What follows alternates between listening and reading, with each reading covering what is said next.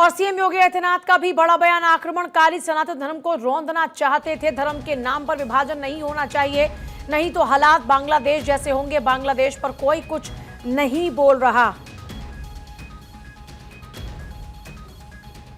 आज से 726 वर्ष पहले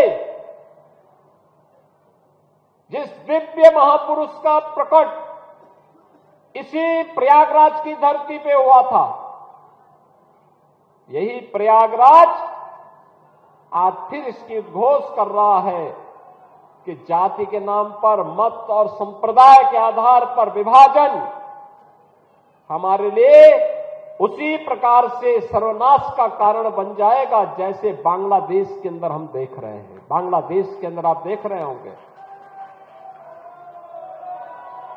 ये जो बांग्लादेश के अंदर हो रहा है, कोई बोल नहीं रहा है।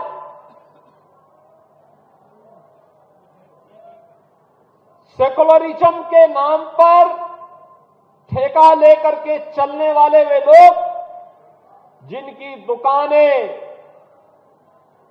हिंदू समाज को और सनातन धर्म को कमजोर करने और हिंदू समाज को तोड़ने की पूरी ताकत लगाती है, बांग्लादेश की घटना पर इनका मुंह बंद है। इनके मुंह पे लगता है किसी ने फेविकोल चिपका दिया है, ऐसे लगता है कोई टेप इनके मुंह पे चिपक चुका है।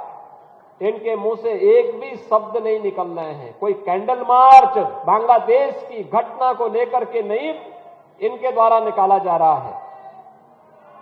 और यह हम सब के लिए एक चेतावनी भी है, एक चेतावनी भी है। हमारे संत समाज को जोड़ने के लिए पूरी युक्ति करता है, और जब संत समाज एक मंच पर आकर के उद्घोष करता है तो परिणाम भी आता है। जैसे आपने देखा होगा अयोध्या में श्री राम जन्मभूमि पर भव्य राम मंदिर का निर्माण,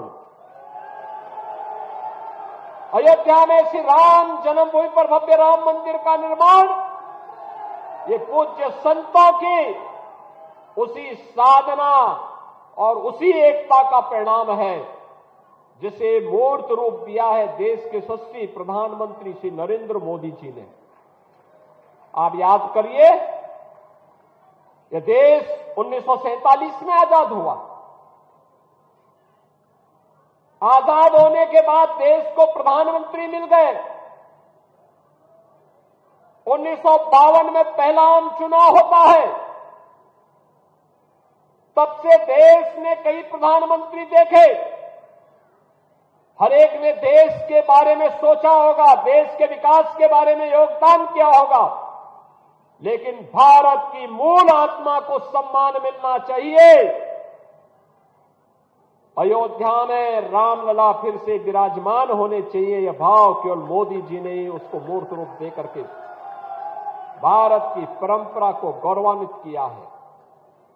मोदी जी पहले प्रधानमंत्री हैं जो श्री राम जन्मभूमि में दर्शन करने के लिए गए, राम मंदिर के शिलान्यास में गए, रामलला के प्राण प्रतिष्ठा समारोह में भी गए, और मंदिर निर्माण का कार्य पूर्ण होने के उपरांत जो शुभ मुहूर्त मिला था,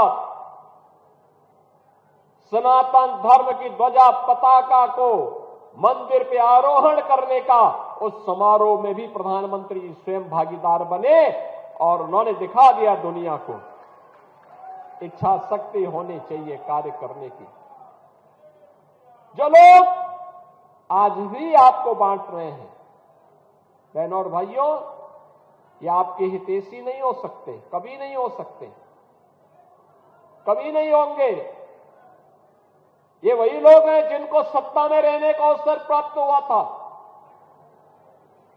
जब सत्ता में थे तो स्वयं अपने परिवार के बारे में सोचते थे, उससे बाहर उनकी दृष्टि नहीं थी। आज तमाम प्रकार के नारे देंगे, स्लोगन देंगे, लेकिन ये वास्तविकता नहीं है। इनको जब भी मौका मिलेगा ये वही करेंगे जो उन्होंने पहले किया था। पहचान का संकट खड़ा करेंगे, अराजकता पैदा करेंगे, सनातन धर्म पर प्रहार करेंगे, दंगों की आड़ में फिर से हर एक व्यक्ति को झुलसाने का कार्य करेंगे।